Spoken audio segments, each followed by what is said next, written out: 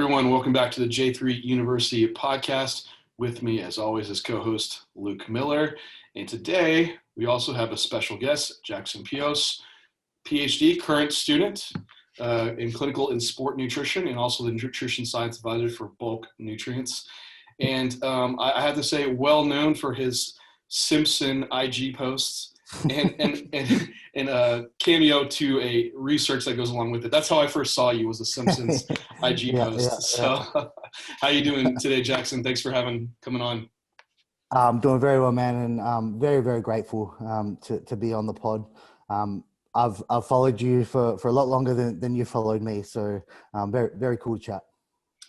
You beat me to it. Had to take that dig, huh, man? So were you like a Simpsons kid growing up? Like, how old are you, Jackson? I turned 27 last week, sorry. Oh, so you're a bit younger than me. Simpsons was like my show. Like as a kid, that's what we'd watch. And looking back on it now, I was like, man, I'm surprised I was allowed to watch this. But I saw these IG posts. I'm like, this is awesome. Linking nutrition studies to Simpsons. I'm a massive cartoonist fan in general. Simpsons was a big one for me, and also anime, so Japanese cartoons. They probably framed most of my childhood and upbringing. Oh, very cool. So have a variety of cartoons you watch, and you have some variety of like sports and stuff that you do as well too. So you've gotten into bodybuilding, also see you do like a lot of boxing too, or is it a combination of MMA or? Yeah, so I've done a bit. So like majority of my childhood sports was focused around Australian rules football. My dad actually played for the AFL, which is our Premier League, which would be equivalent of like your NFL. So he was an extremely talented footballer. So I played that for most of my life. Played up to like our semi-professional division. I was also a rower. I was actually captain of our rowing squad when I was 18, 19. That was some serious training. And then after that sort of phase, I started sort of lifting weights to complement performance in those sports. And I was just purely from a performance perspective, and then noticed like, hey, like my muscles look a bit different after doing this stuff. And I like how that looks. And that's what sort of led me down the pathway of trying to sort of tweak the training to get a little bit more of a hypertrophic response. Dipped into bodybuilding for a little bit. Found myself sort of missing that like true like competition that sporting provides, and that's what sort of got me into boxing for the last sort of 2.5 years, with a few competitions thrown in the mix during that time. So at the moment, still lift weights, still trying to improve the physique, but I do also still box regularly and still looking to fight sort of every few months. So was nutrition like the secondary to all this? Like, hey, I do these things. This is what I love to do. How do I get better at it? And then you dive into nutrition and then you just all of a sudden are now doing a PhD in it. Basically, man. So like funny story about me. So I was quite talented at school. And sort of when you finish your final year at school and you're just deciding sort of what university degrees you want to dive into, I actually began at veterinary science, studying to be a vet, for no other reason that number one, I liked animals, and two, which is probably the predominant reason, was it was the hardest degree to get into in the state. So I was like, all right, I'm just going to aim for the hardest one. So for 6 months, I was studying to be a vet. But the true passion was sports at that time. So made the plunge and moved into like the exercise science, sports science realm at another university. And that was just like a massive relief of like sensation of, okay, I'm where I need to be here. Learning a lot about how to optimize athletic development, how to make people bigger, faster, stronger. And then sort of came to the realization that sort of you've got two categories of tools basically at your disposal. One is the training, one is the nutrition. And I just found nutrition to be far more exciting because especially with a lot of like the sports athletes, a lot of them, they're all training hard, you know, they're all pushing themselves pretty damn hard if they're a decent athlete. But what they're not all doing is sort of optimizing their nutrition. And I just found that nutrition as a standalone tool was so powerful and able to get like immediate performance responses like within a matter of like weeks, and you're just not going to see that with like manipulations in training. So I found I was really excited about nutrition just because sort of the manipulation was able to provide such a significant and immediate sort of response or benefit or change in performance markers and subjective markers. So that's what sort of basically streamlined me into nutrition specifically, and that's what sort of framed most of my sort of postgraduate studies and landing me into a PhD in clinical and sports nutrition. That's really cool. And I coming up through competing and doing lots of different sports, I always saw nutrition as like what a lot of guys were leaving on the table. Like you said, they go in the gym and train hard, and it's like, man, I'm so competitive. Like I want to be the best. Where else can I like? What other variables can I use? And nutrition was one of those things, and also one of those things that was really misunderstood, and I was really confused on too. So I'm like, man, I got to learn everything I can on this, and then that just takes you down the rabbit hole of nutrition to learning and learning more. And I love the complication of nutrition. And I'd say this past year, like what you really see in social media was a lot on training. Like it was a big year for hypertrophy training. We have all this like volume research coming out. That was last year was all volume talk, right? And nutrition was the research was kind of boring, honestly. Like I was reading more exercise science papers, and now there's been this nutrition revival. and we're starting to get a little bit more into looking back into refeeds and diet breaks. We've had some conversations with a few other, we had Eric Helms on, Mike Israetel, talking about kind of like what we already know about refeeds, diet breaks, all this intermittent dieting. And Jackson has a lot of insight into what is to come and what we haven't actually been published, and some that are just early on. So what I really want to dive in now with you is talking about where the research that you've been investigating and the kind of the stuff that you know that no one else knows yet. We have a lot of this existing research out in the world. So what is your current projects, where you're at with refeeds and diet breaks in that line of literature? Yeah, so the most recent things that I've been involved with, so the bulk of my PhD has been focused on sort of diet breaks specifically. Now, diet breaks fit in this category alongside refeeds, which we refer to as intermittent dieting. Now, intermittent dieting just refers to a dietary approach where you're intermittently increasing food or calorie intake somewhere along the weight loss phase. Yes, very broad definition, but that's what we have because, as most of you listeners will know, we have substantial variation in the duration that the higher feeding periods last for and how frequently they are used. For example, when we're discussing refeeds, generally this refers to like a 1 to 3 day increase in food or calorie intake. That's usually happening sort of once a week to once a fortnight. Whereas when we talk about diet breaks, usually these higher feeding periods, they last a little bit longer. Sort of like 3 days at least, even anywhere up to 14 days. And obviously with that case, they're going to be used less frequently. Diet breaks might only be used every sort of 3 to 8 weeks, depending on sort of the context. So that's sort of where the definition stands. Now, where does the research lie? To be honest, this is a very, very new area of research. And sometimes that surprises a lot of people because people seem to have this impression that refeeds and diet breaks are this sort of heavily evidence-based strategy with a whole bunch of research sort of supporting their utility. And that's just really not the case. Up until sort of I started my PhD, we had a study on rats, and this is just intermittent dieting in general.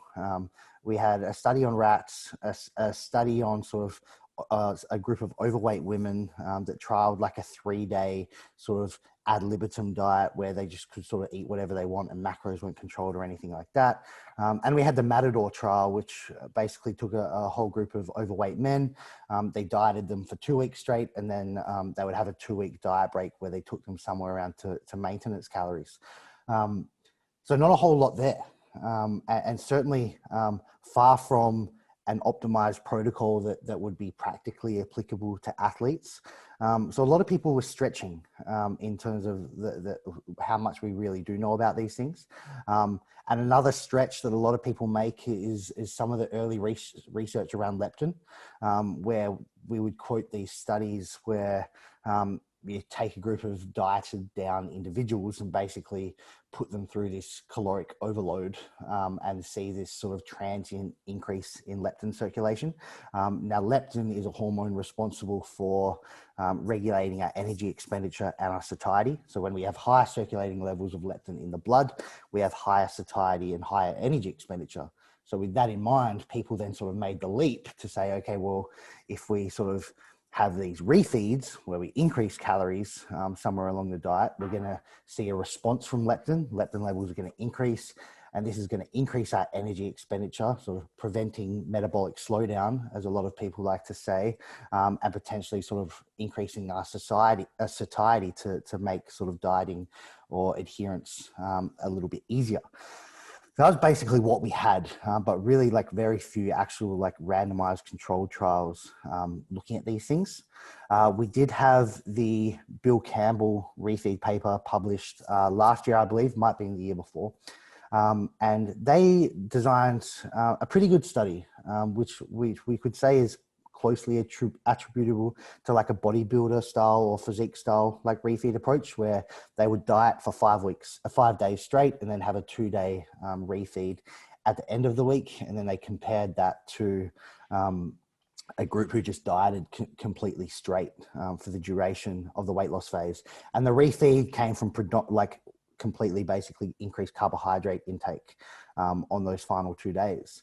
Now, I actually published a letter to the editor in response to this paper, and maybe we can drop the link if people want to read that. Yeah. But basically, the concerns that me and my research team had with the Campbell paper was that the conclusions that they were making in this paper just weren't supported by the actual research, the data that they had.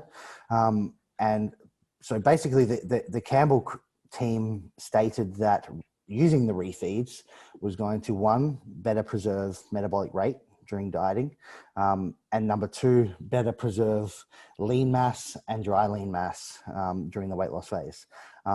But because, thankfully for the research team for making their raw data available, when I analyzed the data, there was actually no significant differences between the amount of metabolic rate that was lost and the amount of lean mass that was lost. So we just can't say that these refeeds are holding on to more of our metabolism or holding on to more of our lean mass. But as I said, I go into full depth in this letter to the editor with our criticisms. And if people are further interested in this, feel free to read it. But the main takeaway is that I just had to write this letter to the editor because I felt like people are just going to get damn confused. Like they already have this seed in their mind that refeeds are like this metabolic holy grail, and that if you have them, you're just not going to lose any muscle during your diet and things like that. And this paper is just would have just contributed to that. And I feel like it's just, the industry is just going to be straight up confused with what these refeeds actually do and their purpose and utility. So I'm hoping that sort of, that paper most people did become aware of it, and just caused them to maybe pull back the reins on sort of how assertive they were with like the true benefits of refeeds, because I certainly think that the benefits of refeeds are far less significant than what a lot of people believe.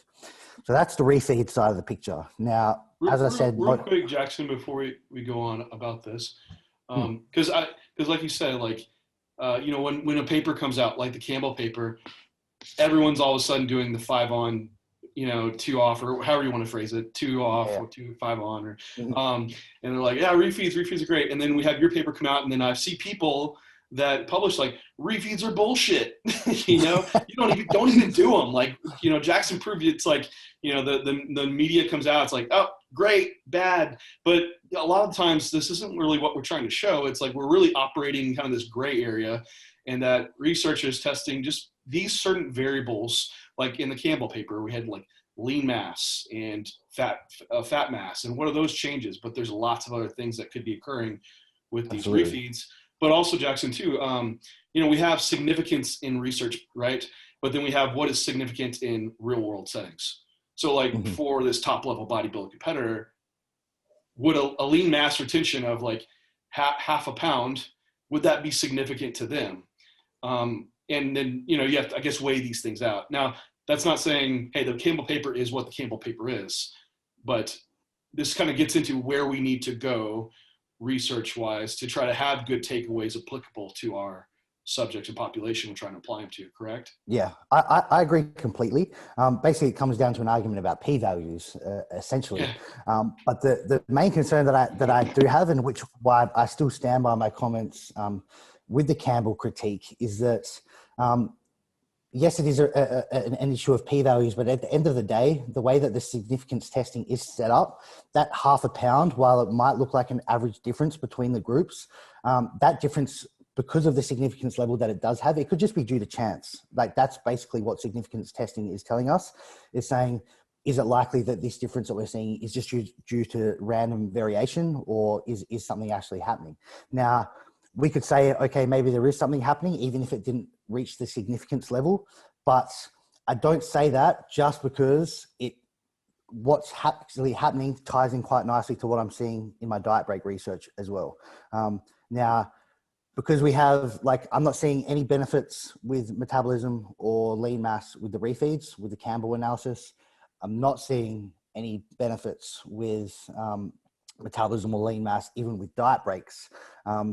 So that leads me to the question, well, like, what actual benefits have we seen anywhere in any research that has shown refeeds or diet breaks are actually going to help us retain more metabolism or lean mass? So it begs the question, why are we still promoting these tools as sort of metabolism enhancers and lean mass retainers, essentially? Now, that's not to say that I don't think refeeds or diet breaks have any utility. Like, I'm not saying that whatsoever. And we can potentially maybe dive into what some of the benefits we actually did see. But I feel like the two main things when people are discussing refeeds and diet breaks is like, I'm going to hold on to more of my metabolic rate when I use these things. And number two, I'm going to stay full and I'm not going to lose as much muscle if I use these things. So they're the two main things that I am most skeptical about. I just don't think they happen. Yes, research is very, very early days. And maybe like these two main studies which are showing like no benefits, maybe we're going to get the next 3 studies in the intermittent dieting realm that do show benefits. And then, okay, I'll have to sort of start changing the way I look at these things and basically where my assumptions are lying right now. But currently with the Campbell stuff, with the diet break stuff that I've done, which is the only intermittent dieting research that has been done on weight trained athletes anywhere in the world to date, neither of those research teams have shown a benefit with metabolism or lean mass. So I'm not confident to say that these tools are useful for those benefits. No, I think that's very well stated. If you see something out in the field and people want to get argumentative about it, like, well, what do you mean refeeds aren't working how they're supposed to? It's Because like, they fucking love refeeds. Like they love having high calories. yes, Like that's the like real reason. That's why everyone we're like gonna hates. like, no, we're gonna argue to make this diet easier. Damn it. I think people see a benefit. They're like, well, I'm noticing this thing, and just because you're noticing something, we want to investigate why. Why are you noticing this thing? Is it truly that you have a metabolic change or better lean mass retention, or is it just that there has a psychological effect that makes your diet appear easier to you? And maybe that is the benefit, and that could be a very valid reason to keep doing refeeds. Or maybe there's, adherence that improves your prep or your diet because you are able to stay on track. And that could be another very valid reason to use these refeeds. But we want to be accurately saying, like, what are we getting out of this and what are we not getting out of it? And that's what research is for, to investigate these things. So we can make these hypotheticals, what ifs this, but we just have to go off the literature and try to pick out those variables. So Yeah, I love what you said there, John, because I agree completely. So I've had this because Eric Helms is played a role in a lot of my research, and we've gone into a lot of deep discussions about sort of the findings and the refeeds and diet breaks. And what we sort of discussed was that like when people use refeeds and diet breaks, like you said, John, the weight loss phase feels overall more enjoyable to them. And like they don't exactly know why it feels enjoyable. They just look back and they're like, that prep was kind of a little bit easier and I got just as good results compared to what, like when I didn't use the refeeds and diet breaks. And then we say, okay, well, why are they enjoying it more? And thankfully now with my diet break research, we have a couple of findings that are potentially sort of that are going to peel back the curtain a little bit. So what I did see with research, and this has not been discussed anywhere, so this is brand new stuff. You got the plug. Spill the beans. So we had 60 weight trained athletes recruited for our trial. And we had one group which dieted straight for 12 weeks. And we had another group who dieted for 3 weeks on, and then they had a diet break for 1 week and they repeated that cycle. Now, what we saw with the diet break group, they had notably lower hunger throughout the weight loss phase compared to the continuously dieting group, even though they were consuming the same amount of calories overall the entire weight loss period. So number one, that tells me, okay, maybe people are just enjoying weight loss more with refeeds and diet breaks because they're not just suffering from hunger so much. Like maybe the hunger is a little bit more manageable when they incorporate these things into the weight loss phase. So that's probably one side of it. And then the second side of it is a lot of the psychological variables that we measured were far more positive in the diet break group. And we put this down to a few things like tension scores were lower, stress levels were lower in the diet break group. This was quite clear. And basically we've hypothesized a couple of reasons. We knew that some of the diet break group, they were having social meals during their diet break group, during their diet break week. So perhaps sort of not having to be completely isolated for the weight loss phase and being able to go and have a Nando's meal with your partner or your friends or something, maybe that's having a positive effect, could be part of it. We think that potentially sort of having the diet breaks was causing to become like a little bit more reward focused, and that was encouraging adherence during their sort of lower days. And so, for example, like maybe they were suffering week 2 of their dieting block and they're like, fuck, I can't really, like, this is hurting a bit. But then I think, okay, I've only got to hang on for 7 more days and I'm going to get a bit of calorie relief and carbohydrate relief for a week. And then usually by like day 6 or day 7, like they're ready to crack on like into their next dieting block. So psychologically, it seems like things were a lot more positive. And also something we did discuss, which I don't think has been discussed before, is a lot of people like to reference the Matador study, which used the 2-week diet breaks in the overweight men. They weren't weight trained or anything like that. And that actually showed sort of better weight and fat loss with the group that was doing the diet breaks. But what we do think is because we have the data now that's showing that hunger was so much lower in the diet break group, what we think is that maybe the group in the Matador study who had the really lower hunger, maybe because their hunger wasn't so bad, they were just able to better stick to their calorie level over time compared to the continuous group who just had to nail it straight for 15 weeks, especially in a group of overweight men, which potentially we can raise question marks about how sort of their adherence is in general, because what sort of landed them in this position to begin with.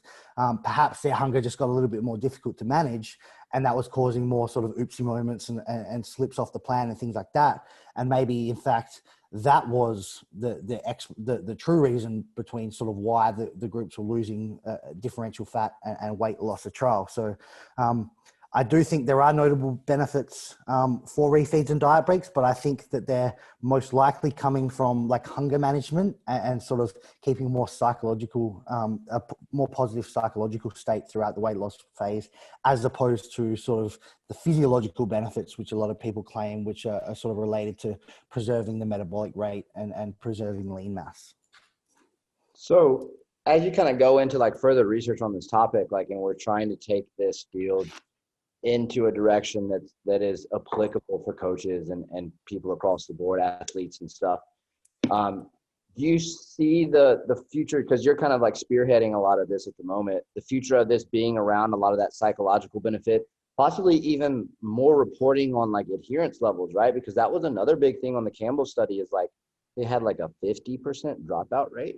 And as a coach, like if 50% of my clientele is not going to follow a protocol, like I'm not going to use it unless it's just like the magic trick in the bag, right? And clearly the data didn't show that. So my question would be, and also too, we have a lot of other variables from an energy availability viewpoint playing at play as well. Do you see this research starting to go more towards like the psychological side of it rather than trying to prove this metabolic rate thing, or do you think that it's still going to stay within that realm?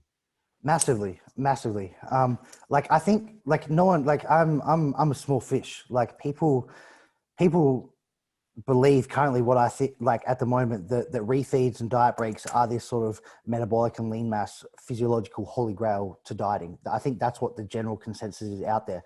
People aren't in tune with the research that I'm doing, but this diet break study or this group of diet break studies, which are going to be published in the next few months. I just got an email saying potentially 3 weeks we will have like our first study published on this stuff, which is some of the things I just talked about.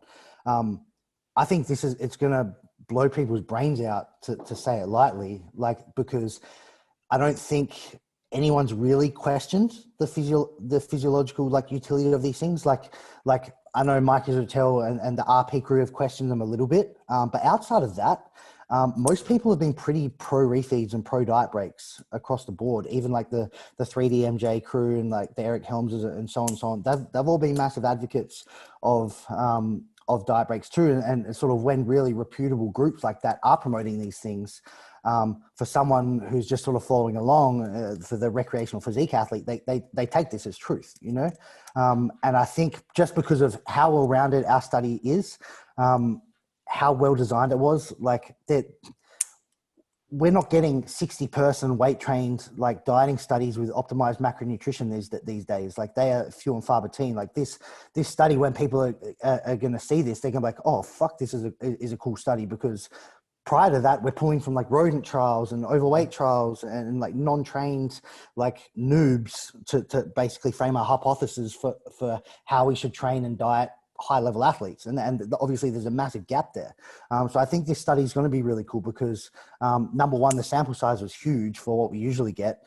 They're really well-trained athletes. Some of them were high level competitors, which was thankful for sort of the reach that I was able to have early on to be able to sort of pull in these really high level recruits. What kind of athletes were they? Was it a mix of athletes, and how lean were they? How lean did they get down to in the?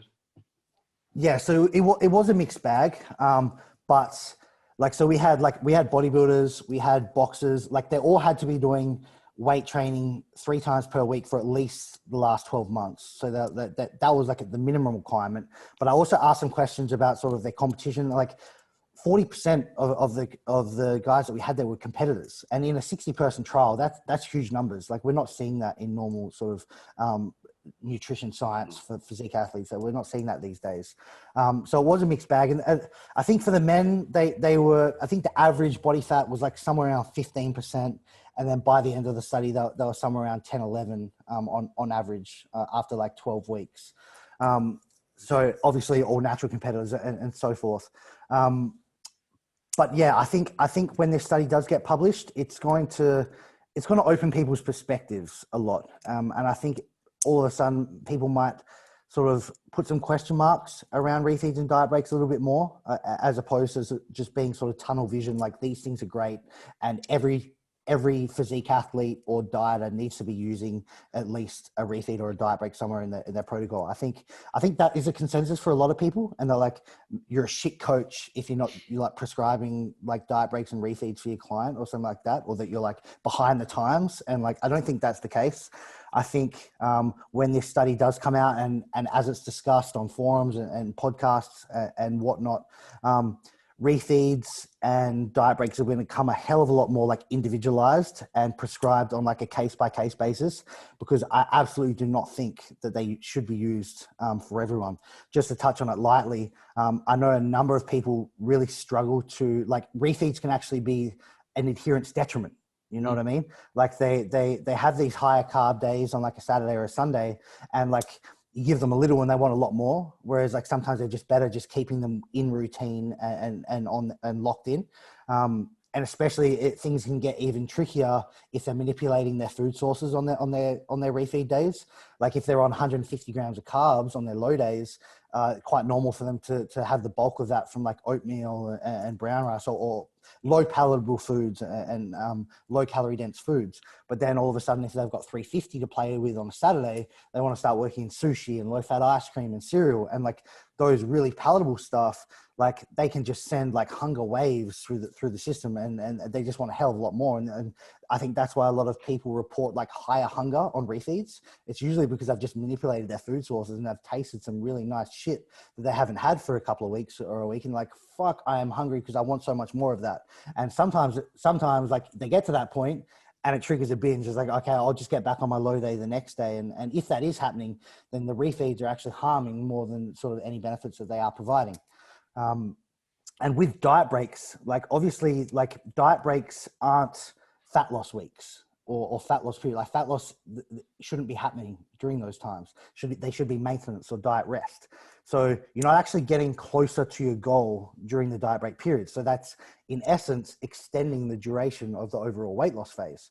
So if you're time restricted, like if you're 10 weeks out and you still got a bunch of fat to lose, I don't think you should just be prescribing diet breaks just because you think that they're this metabolic or lean mass holy grail. I think that like if you've got a really well-planned prep and you're planning this shit 30, 35 weeks in advance, and you know when you're going to have your prescribed diet breaks along the way, and you can afford to sort of be weight neutral during those periods, then absolutely work them in. But for people who are sort of jumping into a prep with a couple of months or something like that, I don't think diet breaks should be used for those guys because worst case scenario, you miss the point because you spent too much time sort of just cruising at weight neutral. Yeah, you made a lot of great points there. And there's a few things I want to pull out and bring out because before I forget a few things. Did on your study for diet breaks, because a lot of people were looking at like energy availability, reds, and all the different aspects that it can affect, right? Were there any things that you might see of like, hey, these guys that were using the diet breaks, they had improved sleep versus the other group, and that caused some type of fatigue management strategy for them, and maybe in turn this could lead to like improved training performance if sleep's improving? Because I know like you have some clients and they have some extra calories and their sleep might improve, or maybe Eric Holmes brought up like digestion, like he was on a prep and like his refeed days would allow him to like have bowel movements, which you kind of go back to say, well, man, maybe why don't you just spread your food out and have more carbohydrate every day? You probably have more bowel movements, right? There's a very valid argument either way. Same thing with sleep. Like, oh my God, I can't sleep for shit. Then I have this refeed day and I sleep. Well, maybe if you spread your food out, you would sleep better on average in general. But are there any markers within studies, because you can't measure every marker, right? It's challenging. Are there any ones that you'd want to see investigated that kind of branch into what we see as a whole with energy deficiency syndrome? Yeah, so I did measure, like in my diet break study, I did measure sleep qualitatively. Like I didn't have them wearing the headsets to bed or anything like that. But I measured the Epworth Sleepiness Scale and the Pittsburgh Sleep Index, which are like well-validated, highly used sleep questionnaires. I didn't see any differences in scores on those indexes, which is basically like their proxies for either sleep quality or like general sleepiness throughout the day. I didn't see any differences there. Perhaps follow-up trials we could.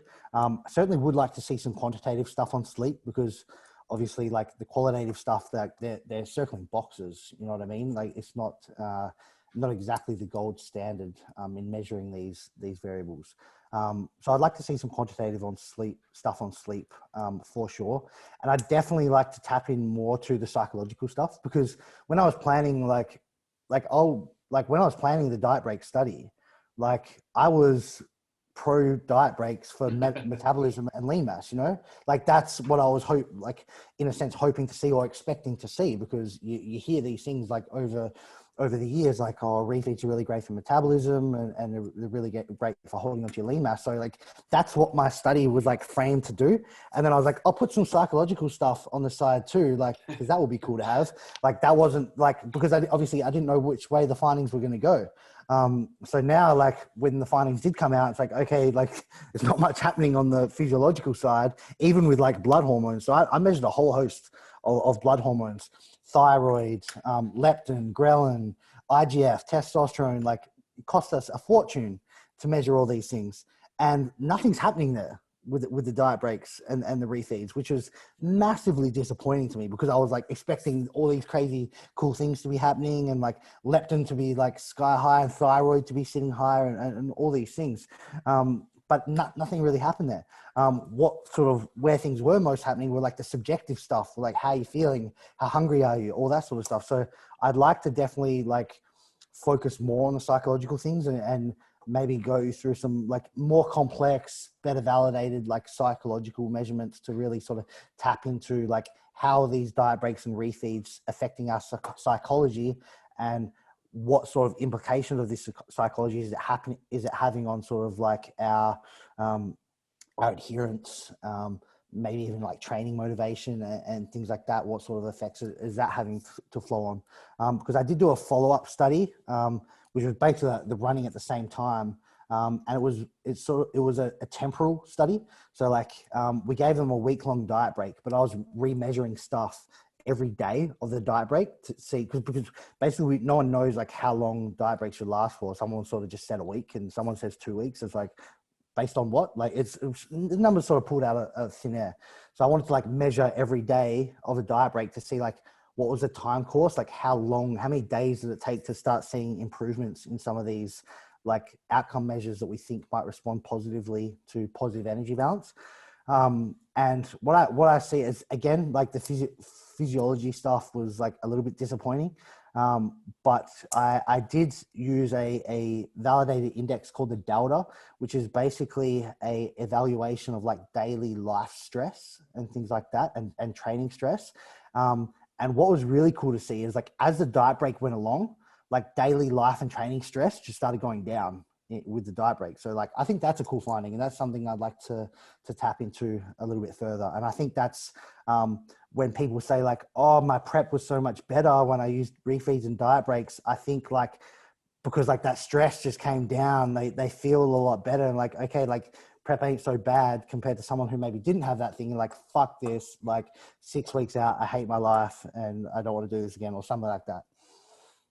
Yeah, I think, because I've had the same experience. Like, my preps have felt easier, but a lot of that, and when I look over like a lot of these preps in the past, I've gotten better at managing stress, setting my lifestyle up to be in a bodybuilding prep versus like working 2 jobs and trying to bodybuild on the side and squeeze it all in. Mm-hmm. And I think just that ease makes a dramatic difference. And Yep. you're able to push someone harder if they're able to manage their stress more. So you're like, holy shit, I would start using these refeeds, got in the best shape I've ever been in. It's like, well, is that why? Or is it because you're able to manage stress in some other way and you could able to push yourself harder? Mm-hmm. And I think that is part of what we see a lot.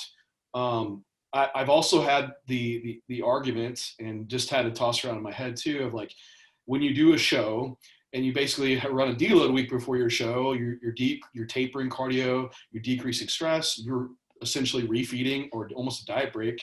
And then your post show, if you have another show coming up, a second show, all of a sudden it's like fat loss is like kicked back up. Like, man, I'm starving. I'm hotter and my metabolism's going. Like, okay, whoa, calm down.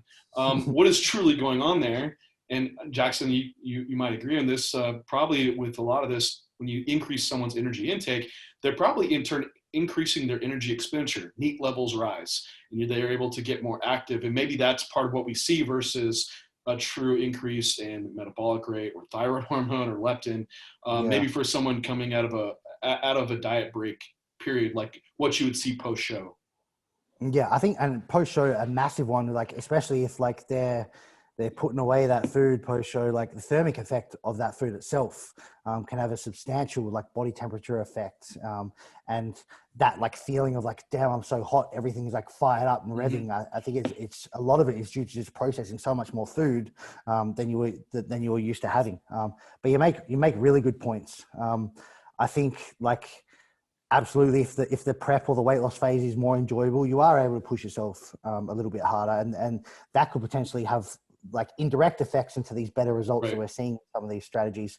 And secondly, like if stress is high and like hunger is really high, like not everyone, like it would be nice to say everyone just can go in robot mode and they can just like sort of navigate past these sensations and just suffer and sort of still not break plan.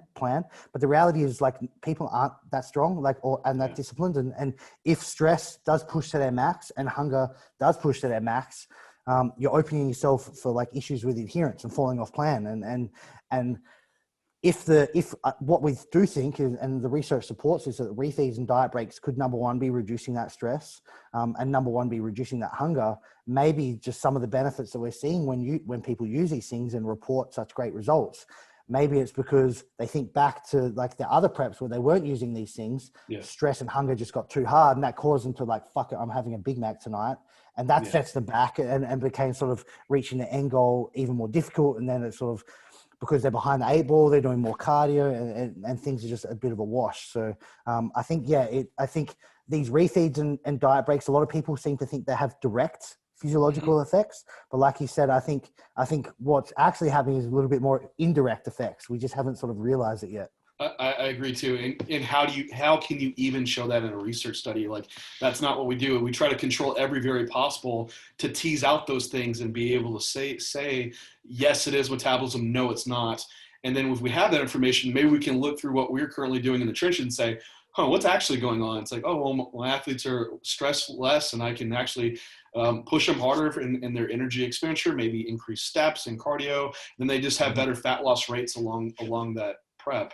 Kind of getting into the actual application in trenches, like how has this changed how you use it for your athletes? And I want to focus really on like, because a lot of people are going to be competitors that do listen to this. And for your application, what are the signs like, okay, X, Y, and Z are happening to this client. These are my like check marks to say time to implement diet break, refeed, or whatever you are using now. Yeah, so like obviously my use of these things has changed substantially over even like the last 18 months.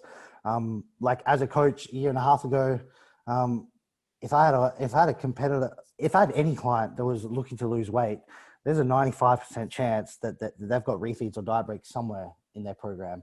And now I would say like it would be 50% like of people that would get them and people that don't get them.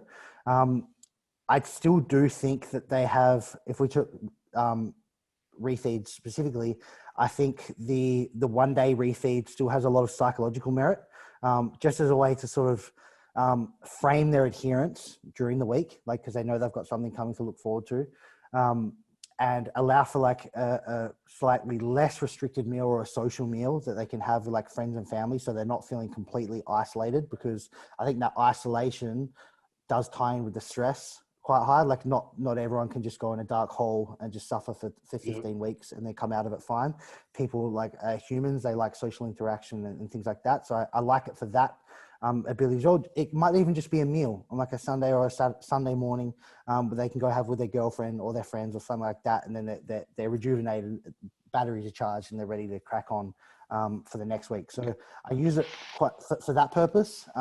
But if it's turning into a binge, like you give them a little and it turns into a lot, I'll pull them out. If it's happened 2 weeks in a row, they'll come straight out. And I know some people just do way better by just keeping on the sort of consistent intake throughout the phase, because for a lot of people, I would say almost 50% of people, maybe 40%, that one meal can just sort of set off a spiral, and sort of the burger that they were supposed to have turns into sort of at a fries and a sundae, and then they get home and then they raid the pantry, and then it's like you've done a lot of more harm than sort of the benefits. And there's not even any psychological benefit there, because they feel like a piece of shit the day after.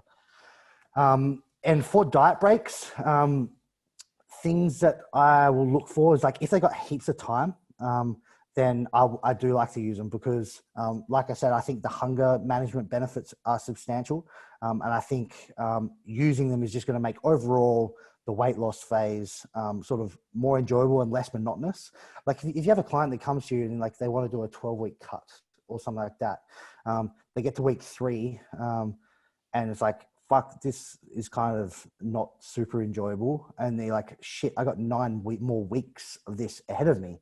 But if you just sort of break it up into 3-week stints with a diet break thrown in after that, mentally that becomes a whole lot more manageable from the client's perspective, because they've only sort of got to grind for 21 days at a time before they start getting some relief. And so I think that just effect in itself can be quite powerful when we compare it to someone who's got no diet breaks. They're suffering sort of halfway, like I can't do 6 more weeks of this, and that causes slip ups, adherence, falling off the plan, because it can be very easy to fall off the plan when sort of stress is high and enjoyment of the program is really, really low. But if I've got a client and like they're like, okay, I want to do a show in 12 weeks, and like I do the math and I could just work out that we'll be just there if everything goes to plan. Like obviously, I'm not going to be using refeeds. I'm not going to be using diet breaks for them. I might just give them, like I said, like a 1-day refeed or something like that to at least sort of achieve some of those adherence psychological benefits. Something that I do disagree with now, and like I thought it was completely viable a year and a half ago, was like when someone goes flat and like you see that they're a bit flat and the check-in's like, oh, you need a refeed. Like we're going to give you a double-day refeed. Like I'm not a massive fan of like the ad lib refeeds, because now I just don't think they're doing anything for like lean mass preservation.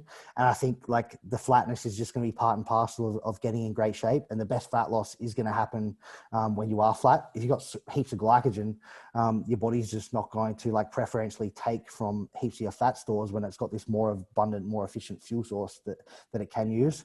So I'm not a massive fan of like, oh, you're flat, like time for a refeed.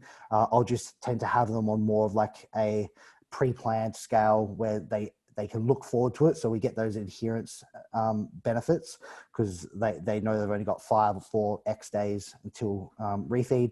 And it just, it gives them something to look forward to. No, I think that's a great takeaway for people to utilize. And it really is come down to the person, like you said. So it's not, I think you're going into a cookie cutter approach if you're like, this is diet refeeds are for everyone and that's what we all use. It's like we're it should be based on what does that individual need as far as their timeline goes. So a proper assessment for if they even have time for it, or if they do, can they psychologically handle that, and what it would be the right approach. And I think there's a variety of approaches that you could use, whether that is the 1-day approach, or maybe it is the whole week-long application and keeping them more adherent, but weigh in that some people might not be, adherent within that. And I think you brought up a good point too about going flat, because I've been coached like that too. Like, hey, you're flat, we're going to refeed you. And you're like, okay, I need to get full for some reason. And you're like, okay, is this to look, it's like, all right, this is how we want to look for stage. And maybe there's some application like, hey, you want to try to test run your peak week. It's very, I think that's different though, right? Like that's for a different purpose. Yeah. If you understand the purpose of why you're applying it, but like my 2015 prep, I had to cut like 50 pounds off, and I had one meal that was like 3 sushi rolls the entire prep. And most of the prep, I was fucking flat, like so flat, but I was the most conditioned out of the whole show that I've ever been. And did I lose muscle? It's like, man, it's for an enhanced bodybuilder, it's highly unlikely. I was just fat, and people were like, man, I really lost it on that prep. Like, no, dude, you had less muscle than you thought, and you had more fat than you thought. I hear that shit all the time. My legs are flattening out. It's like, no, you just don't have legs to begin with. You got to go in the off season and build some legs first. But no, I think you brought up a lot of great points in the application of that. And I don't know if you ever noticed this, and this is one thing I've noticed within myself. is following when I used to do these really large refeeds. So I would be dieting like on 250 grams of carbs, and I'd have like a 600 gram carb day. The next day I felt terrible, not digestive wise, but like this psychological feel. Like I could feel myself getting like quivery, achy, like coming back down. Like you notice the high glycogen change back to coming depleted again, versus like you're just kind of always in this sucky flat state and you're like, this is just my life. Then you come back to life and you like slowly see death coming back. You're like, this is terrible. I don't know what that is, or if you know what I'm talking about within that, but it made refeeds like, fuck refeeds. I don't, just give me a little food. I don't need like 1,000 grams of carbs. Yeah, I think the body just likes being in sort of close range to homeostasis, and like the more aggressive your refeed is, the further away from homeostasis that's going to sort of take you, and then that transition back can be quite uncomfortable, even sort of psychologically uncomfortable for a lot of people, but physiologically as well. I just think the body's not completely accustomed to handling that volume of food or carbohydrate at one time, and it's sort of like this new stimulus, and you give it there for a second and then it's taken out and the body's like, what the fuck is going on, sort of thing. And that's a lot of that sort of uncomfortable sensation, I think. But yeah, just guessing. Yeah. And not to mention, like, that was a big thing that got me away from it, was like the GI distress of going from eating like small food volumes to these really large food volumes and being off for a few days. And that's if you're still maybe even using a lot of the same food sources, but a lot of people aren't. They're going with food sources that they're not, haven't been used all prep. Or they're like, I hear people say like, oh, I'm going to have my refeed, and they eat like a burger. It's like, I think you just had a cheat meal, but then their GI is like way off the next day, and it takes them a few days to get regulated again. So I mean, there's a gastric rationale to 100%. doing these refeeds too, and some people are very, very sensitive to them. Now I see the application of testing these things out for a peak week, right? Because if we do raise food volumes, which we're probably likely going to do for someone peaking for a show, you need to know how these respond accordingly with gastric distress, or even how the amount that might need. How do you implement that? Do you have some type of practice peak you do, if able, or do you just kind of go off the fly that week? So I like if you got them ready in time, I basically like to do a diet break like into the show, essentially. So I did a lot of measurement in the diet break study, like looking at things immediately before and immediately after the final diet break of the study that happened at week 16. So that was like a complete increase in carbohydrates to maintenance level, and protein and fat stayed the same for 7 days straight. And what I saw overall, so this is an average difference, there was a 750 gram increase in lean mass with no increase in fat mass. In fact, there was a slight decrease in fat mass. Now, I don't know how many other peak week protocols are delivering like those sort of like results, those numbers. Like if someone can put on damn near close to 2 pounds of lean mass in a week leading up to your show with absolutely no change in fat mass, like I'd say that's a pretty damn good result. So I am a fan of sort of getting the guys ready in time before the show, and actually sort of like cruising into the show, like not having to deplete, because you're already if you've done things right, you should already be depleted. You shouldn't have to like deplete further. Like you're already depleted, and then run that sort of diet break into the show. And like I've been seeing like really, really good results with that. And I think even if you want to take it a step further, like get them ready three weeks out before the show, and you can also have like almost have a trial run. You know what I mean? And far out, like the difference between having someone who's sort of ready 3 weeks out and gets to sort of eat up into the show, like the stress is super down. They're so relaxed. They basically just go out and show they're ready to have fun, compared to the person who's like depleted up to peak week. And then for whatever reason, they need to deplete and have 0 carbs for the first 3 days of peak week, and then start like doing these aggressive protocols at the end of the week. And they're stressed, and all these variables are changing, and their look is changing incredibly like day to day. And sometimes you miss it, and sometimes you get better, sometimes you get worse. It's just, yeah, I'm a big advocate of sort of trialing these diet breaks sort of right at the end, close to show day, with the assumption that you've got them ready with enough time. Yeah. Then like, well, Jackson, what if I'm not ready? It's like, well, is carb depleting and then refeeding going to fix you that you still have body fat on you?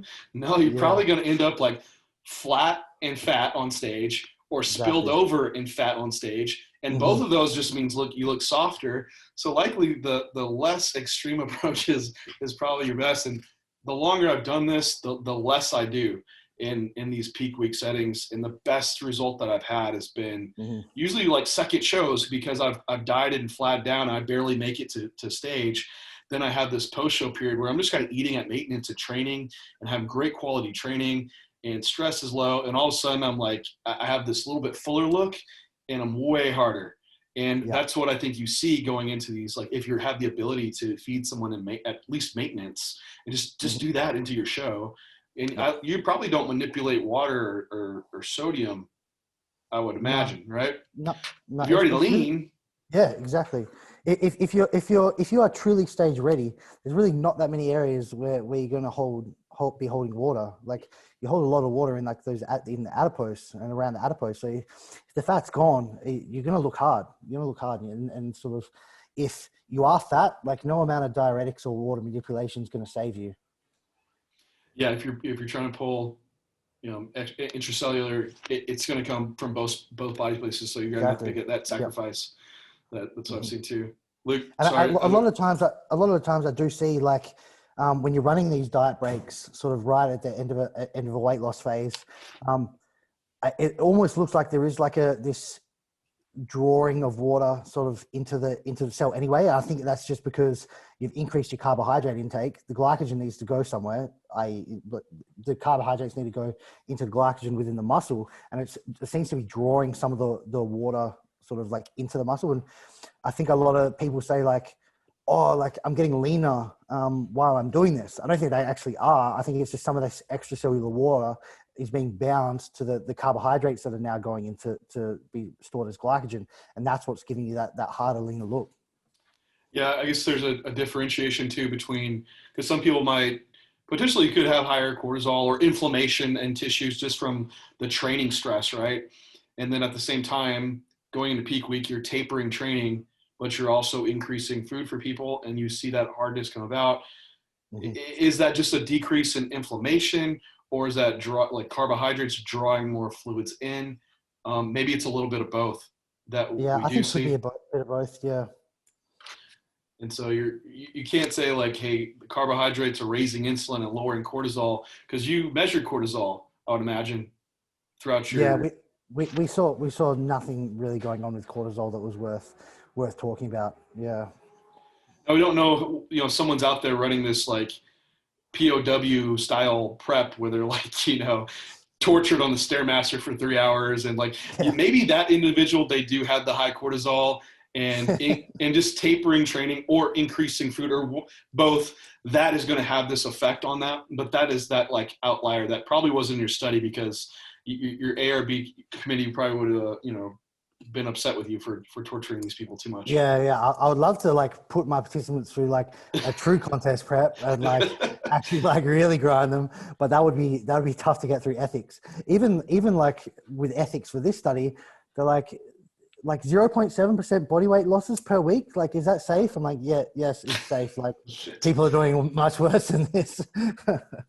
So I think one of the big things, like we've seen like your opinion shift across the timeline that you've mentioned about the effectiveness of this and how that's pulled down. But one thing that hasn't been mentioned, and is probably going to be more of an anecdotal based assumption, is the activity side of the equation when you're doing these things. Like there's a lot of guys on here who track steps, and one of the things that's mentioned when we bring food up is an increase in NEAT. But if someone's hitting a step goal every day, and we're not seeing that fluctuate because they are a tracker in that sense, we're not seeing that benefit of the NEAT. Are you trying to manipulate activity within these refeeds? Do you see a benefit of pulling back on activity as part of the refeed process? And then where does your thoughts lie with that, with possibly even measuring that as a part of research moving forward? Yeah. So as a coach, I don't change any of my like activity prescription during refeeds and diet breaks, but I do think it might just change without needing a prescription. So I did try to measure it in the diet break study, because what I thought was that like maybe some of these like weight loss benefits that we're seeing in like the intermittent trials with like the overweight people and the rodents, maybe it's not like a direct effect again. Maybe it's just like they feel a bit better when they have a bit more food and they move around a bit more. And that's what's potentially sort of encouraging the weight and fat loss. So I did try to measure it for this study, but I just didn't have enough accelerometers. So I used them on only 9 participants. Like 9 was as many as I could get. And I didn't see any significant differences between like the guys in the diet break group and the guys not in the diet break group or not using diet breaks. But I'm also like not super confident, like, cause my sample size was so small with that. What I'd really like to see is like to even just have accelerometers on the diet break group only, but just monitor like the incidental activity before, during, and after the diet break to see how that changes.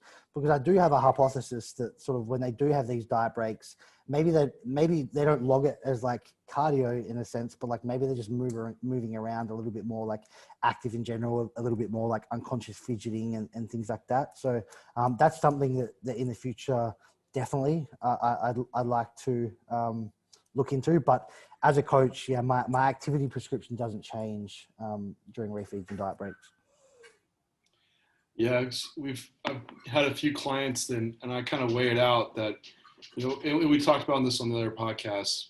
Like you have that client that they have a good amount of food, but for some reason their training is like beating them to death, or their cardio or whatever. I mean, first thing that comes to mind is like, you should probably change your modality that you're doing with their exercise if they're getting that beat up for it. Yeah. But maybe in that instance, if they need to like drop fatigue and you know have this ease of prep occur, we pull back on cardio and maybe not bring food up as much versus maybe this other person that they're starving on prep. And their cardio is very manageable for them. Like, hey, I don't care, I'll do cardio.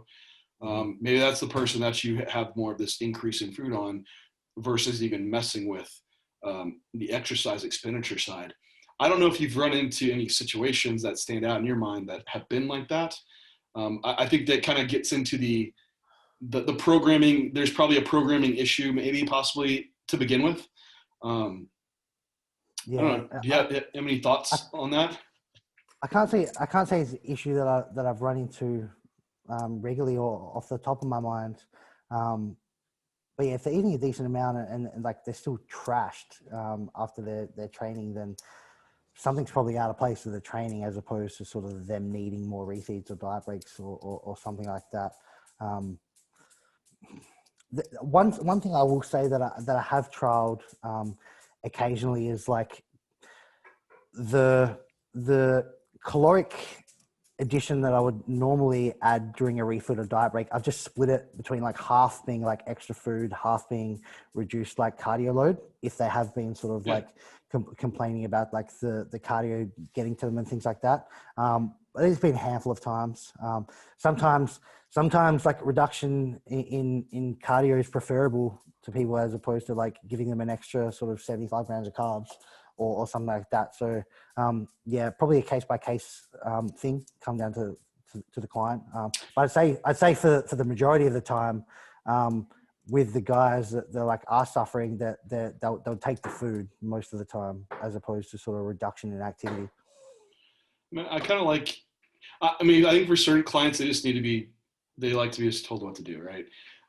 But other ones, I think, you know, building in that autonomy that they have some, you know, they have some of their own like direction and responsibility in where they're headed, gives them a little bit of control feeling. And I think that can move a client up to like a higher level, you know, than just being a robot. But it depends on the client. I think that's definitely to say. And having that guidance of like, you're not really probably listening to your client if you're like, just do this. It's like, well, did you ask them any questions? Like, are they starving? Are they feeling completely worn out, exhausted? Then you're probably lacking a little bit of that assessment aspect on that end. Yeah, I agree. Well, Jackson, we're coming up here on the hour. And so I want to just kind of give you the opportunity to add anything that you want to see done, like that you want people to take away from this, as far as application for refeeds and diet breaks, and give some final words for us. Yeah, I guess want people to not take everything on like immediate face value. And just because you've heard something be said on social media or you saw an infographic, you don't necessarily need to take it as sort of complete truth. We still need to question things. And I was guilty of sort of being in the pro refeed and diet break camp for a long time and potentially promoting benefits that hadn't yet been supported by research. But like it was a learning process for me too. And over the next few months, like as this new research does come out, like don't bitch and moan because the findings don't fit with your preconceptions about these refeeds and diet breaks. And certainly don't bitch and moan just because it might mean that sort of refeeds and diet breaks don't have all the benefits that you hope they did. Like if you have a true like critical scientific mind, you should adapt as more information comes out. So I just encourage people to critique what they hear, and not just blindly accept everything, even if it's on PubMed. Like even if it's coming from someone that you think has a solid reputation, still question things. And I hope that as the diet break stuff does come out over the next few months, which is basically being research that's taken close to 2 years of my life and thousands of hours of work, take time to read the full study if you can. Don't just read the final 3 words of the abstract and use that to frame your future approaches, because there's a lot of really good information. There's a lot of nuance there, and there's a lot of take homes from those papers. So yeah, I'm looking forward to getting them out there and to sort of progress the discussion in this realm of intermittent dieting, because it's an exciting discussion. It's a new area of research, and it's probably the most exciting area of research that's in the sort of physique nutrition space at the moment. And there are a lot of research teams are sort of grabbing onto this stuff. And I think we're going to see over the next few months some really cool research, really new papers, and basically a whole lot of learning that's just going to make us better athletes, better coaches. Yeah, beautifully said. And I think there probably a lot of us have been on that, where we can jump on to being taking up an identity within a practice. Like I am carb cycling guy. And now we find out carb cycling is not valid. You're like, oh shit, but I'm carb cycling guy. Who am I now? and it makes crisis. Yeah. And it can make you, and you see this all the time, like in nutrition, like I am carnivore, I am vegan. It's like, well, let's fucking go to battle then.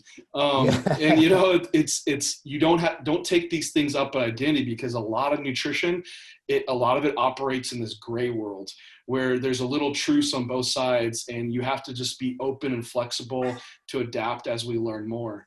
And so I think that is a great takeaway for a lot of coaches, that we don't know it all. And we probably never will know it all. And also we'll forget a lot that we know. So just stay humble and keep your mind open. And with getting into social media and who you're taking information away from, it also on Instagram, it's not a valid point to just tag at Jackson Peos as your argument, right?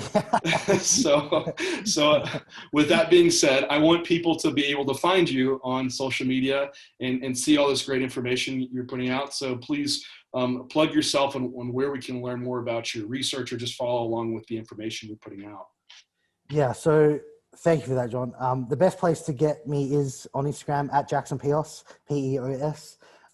Basically anything that's going on with my life, whether it's what cartoons I'm watching, what research I'm doing, what foods I'm eating, that'll be done through Instagram. And if you want to get to know me a little bit more, I do have a YouTube channel, just Jackson Peos, where I discuss anything training, nutrition, anime, things that are of interest to me, and a lot of sort of research topics in the training and fitness space that I'm interested in too.